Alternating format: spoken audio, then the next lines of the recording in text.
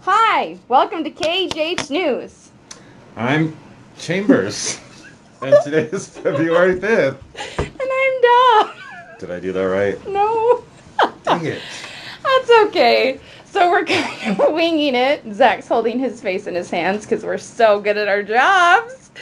But we are hopping on here to do our thing, our Golden Plunger big deal thing.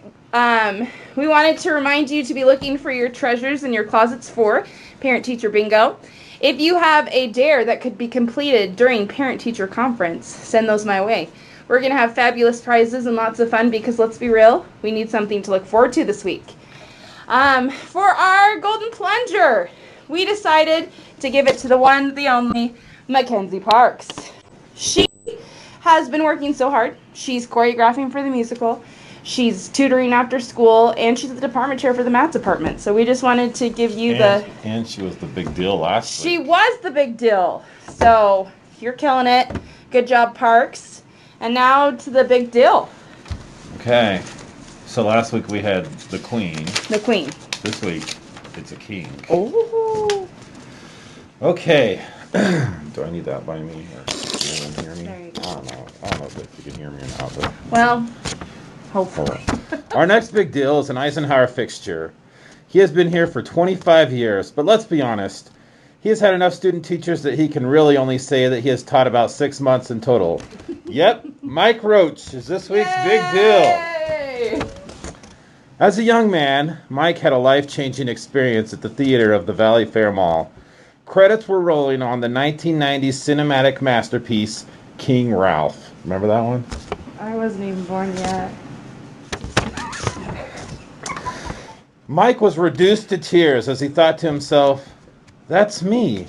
I have to set my goals high, and someday, just like the one guy from Roseanne, I too will be the King of England. So it's like John Goodman, you know? Okay, I know that. And he's like this fat American, and he becomes King of England.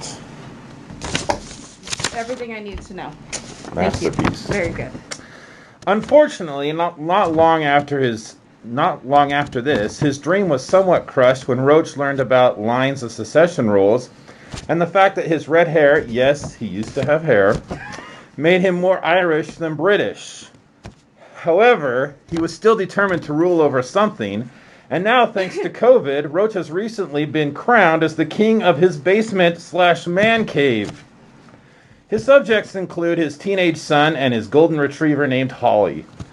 Now, Mike would say that this usurpation, whatever, of the basement is to protect his daughter from COVID.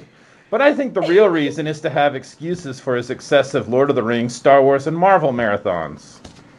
So what is the daily routine for the king of the basement?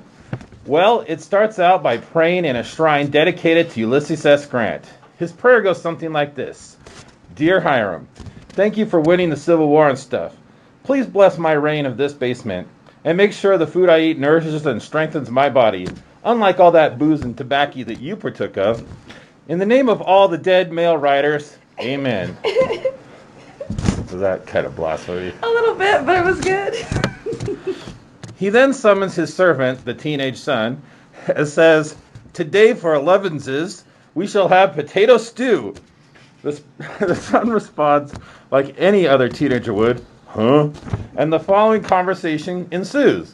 King Roach, potatoes, cook 'em, mash 'em, put 'em in a stew. Son, oh, okay, I'll try. King Roach, no, try not. Do or do not. There is no try.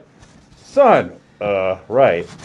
King Roach, you know, son, if we can't protect the earth, you can be damn sure we'll avenge it.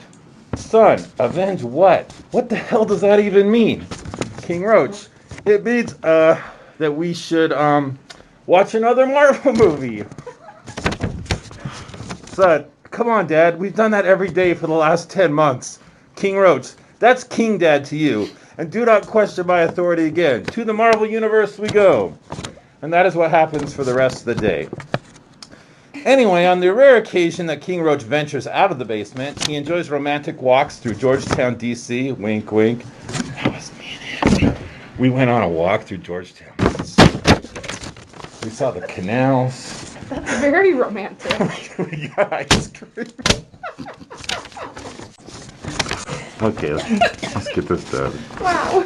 He enjoys romantic walks to Georgetown, D.C., shopping for mid-century furniture, being the campaign manager for his dog's presidential campaign, and trying to bring the codpiece back into style.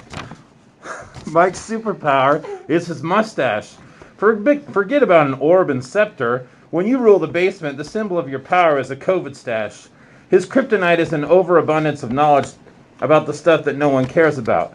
When someone says they don't care about the reign of King Richard III, he literally gets weak. He has to use up precious mustache power just to restore himself back to strength. When the young man dreamed of being the King of England, did he think that he could also be a big deal of Eisenhower? Well, dreams do come true, and although you may not become King of England anytime soon, mainly because the Queen is probably never going to die, you have at least achieved big deal status. And in all honesty, that's all that matters. That's all that matters. So there you go, Mike Roach, or King Roach of King the Roach. basement. All right. Enjoy. Well, that was something. Okay, let's do it. Oh. That's it. Have a great day. And remember to be safe, be healthy, and be generous. Phrase. It's not